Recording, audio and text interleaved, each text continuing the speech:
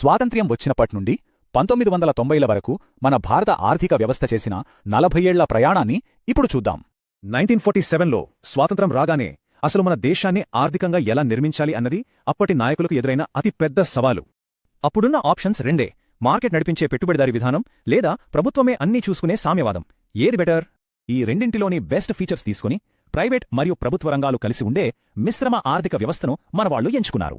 ఈ ప్రయాణంలో వృద్ధి, ఆధునీకరణ, స్వయం సమృద్ధి మరియు సమానత్వం అనే 4 బలమైన స్తంభాలపై పంచవర్ష ప్రణాళికలను నిలబెట్టారు. ముందుగా వృద్ధి. సింపుల్గా చెప్పాలంటే మన దేశ జీడిపిని ఒక కేక్ అనుకుంటే ఆ కేక్ సైజును పెంచడమే వృద్ధి. ఇక ఆధునీకరణ. కొత్త టెక్నాలజీ వాడటమే కాదు, ఫ్యాక్టరీలు, బ్యాంకుల్లో మహిళలు పనిచేసేలా సామాజిక మార్పు రావడం కూడా ఇందులో భాగమే.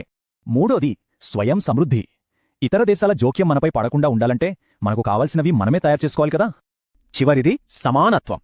కేవలం సంపద పెరిగితే చాలదు, ఆ ఫలాలు అందరికీ సమానంగా అందినప్పుడే ఈ వృద్ధికి నిజమైన అర్థం. సరే, ప్లానింగ్ అయిపోయింది. మరి ప్రాక్టికల్గా పొలాలు, ఫ్యాక్టరీల్లో ఈ మార్పులను ఎలా అమలు చేశారో ఇప్పుడు చూద్దాం. ముందుగా భూ సంస్కరణలో జమీందారీ వ్యవస్థను రద్దు చేసి కష్టపడే రైతులకే ఆ భూమిపై పూర్తి హక్కులు కల్పించారు. ఆ వెంటనే అద్భుతమైన హరిత విప్లవం వచ్చింది. హై ఈల్డింగ్ విత్తనాలు, ఎరువులతో మన వ్యవసాయంలో మునుపెన్నడూ లేని భారీ మార్పులొచ్చాయి.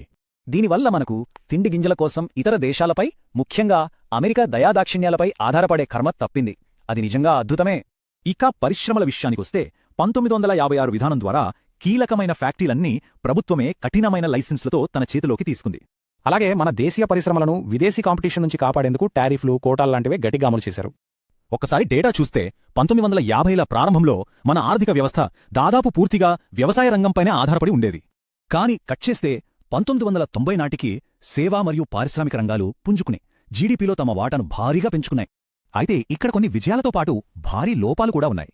లైసెన్స్ రాజ్ వల్ల ఆవిష్కరణలు, క్వాలిటీ పూర్తిగా దెబ్బతిన్నాయి. ఇదే సమయంలో వ్యవసాయ సబ్సిడీలు రైతులకు మేలు చేస్తున్నాయా లేక ప్రభుత్వ ఖజానాకు చిల్లు పెడుతున్నాయా అన్న పెద్ద చర్చే జరిగింది. పరిశ్రమలు పెరిగినా 1990 నాటికి కూడా మన దేశంలో 65% మంది వ్యవసాయం మీదే ఆధారపడటం ఇక్కడ అతి పెద్ద వైఫల్యం. మరి ఇలాంటి అసమర్థతల నుండి మన ఆర్థిక వ్యవస్థను కాపాడేందుకు 1991లో ఎలాంటి సంచలన సంస్కరణలు వచ్చాయో ఆలోచించండి.